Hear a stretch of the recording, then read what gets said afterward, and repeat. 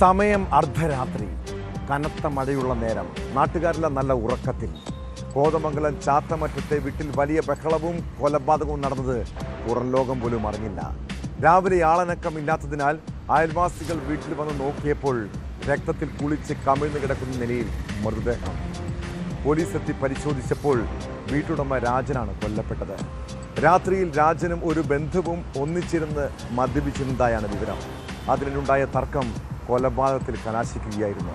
കൊലയാളി എന്ന് സംശയിക്കുന്ന ബന്ധു പോലീസിന്റെ കസ്റ്റഡിയിലുണ്ട്.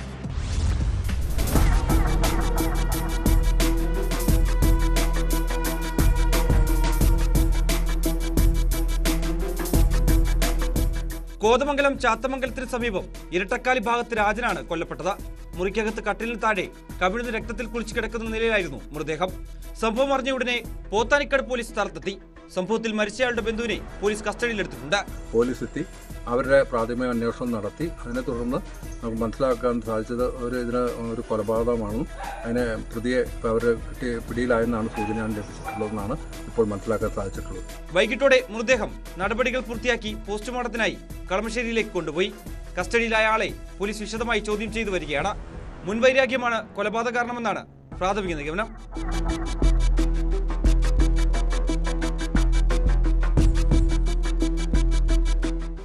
ന്യൂസ് 18 കോതമംഗലം.